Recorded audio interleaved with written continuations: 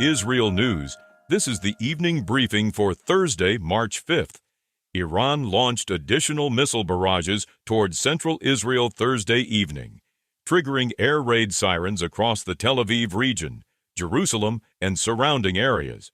Israeli emergency services report damage from interceptor debris in several locations and a fire at a warehouse in the central region. No injuries were reported. Authorities say at least one missile was intercepted and another landed in an open area. This occurs as missile exchanges continue into the sixth day of the conflict. The Israel Defense Forces say the Israeli Air Force completed a broad wave of strikes against approximately 200 targets in western and central Iran. According to the military, the targets included dozens of ballistic missile launchers and additional launch infrastructure. The development follows several days of sustained operations aimed at reducing Iran's missile capabilities. Israeli military officials estimate that roughly 60% of Iran's missile launch capacity has been destroyed since the beginning of the campaign. The IDF says more than 300 launchers and hundreds of firing sites have been targeted. This occurs as Israel and the United States expand coordinated air operations over Iranian territory. U.S. officials say American B-2 stealth bombers conducted additional strikes overnight against underground missile facilities in Iran using bunker-penetrating munitions. According to U.S. defense officials, naval operations have also resulted in the sinking of approximately 30 Iranian vessels. The development follows several days of joint Israeli-American operations across multiple domains. U.S. Defense Secretary Pete Hegseth said the United States has sufficient ammunition and resources to continue the campaign as long as required. Speaking at a briefing, he said the United States and Israel maintain expanding operational advantages.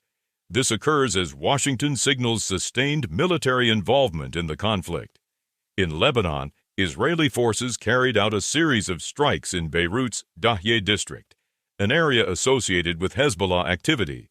Lebanese media report multiple strikes in neighborhoods, including Al-Jamus, Al-Musharrafiyah, and Haret Reik. The attacks follow earlier evacuation warnings issued by the Israeli military.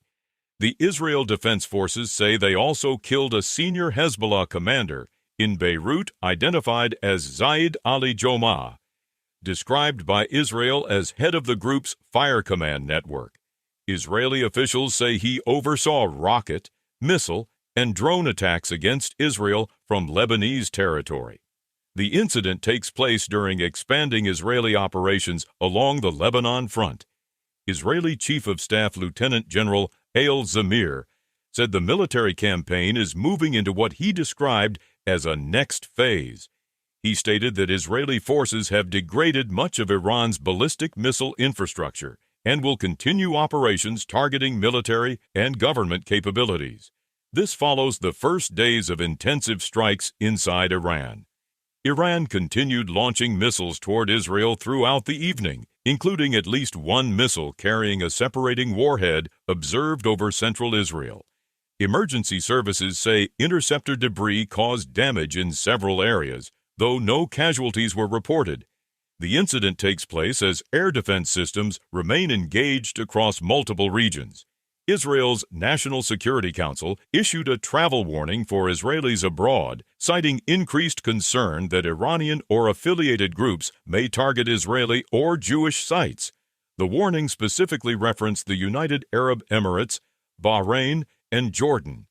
Authorities are advising travelers to avoid public identification as Israeli or Jewish and to limit visits to locations associated with Israel. Beyond the region, financial markets reacted sharply to the escalation. The Dow Jones Industrial Average fell nearly 800 points Thursday as oil prices surged amid concerns about supply disruptions linked to the conflict. The development follows rising global energy prices and investor concerns about renewed inflation pressure. Those are the latest headlines from IsReal News.